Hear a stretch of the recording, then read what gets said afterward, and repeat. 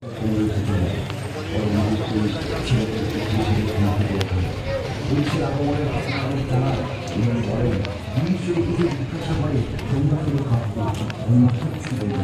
কোনো কিছু বলবে পুলিশ তোমাদের মাকে মেরে ফেলবে। এরপর তিনি বাড়ির কাজের লোককে জানান।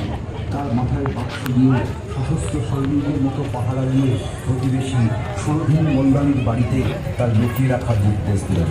কিন্তু এখানে কিছুটা গণ্ডগোল বেঁধে যায়। মোল্লানি খুব একটা শিক্ষিত ছিলেন না, পাশাপাশি তার চেপে কথা বলারও স্বভাব ছিল না। তিনি চেঁচিয়ে বলেন, ওরে পাঁচ করি ওসব বাবা রাখবি না। সেই মুহূর্তেই ওকে চুপ করানোর জন্য মাসিমা এগিয়ে গেলেও ততক্ষণে বাড়ির পাশ দিয়ে পাথর ভ্রমণে যাওয়া গ্রামের নায়ক নলিনী রায় সব শুনে ফেলছেন।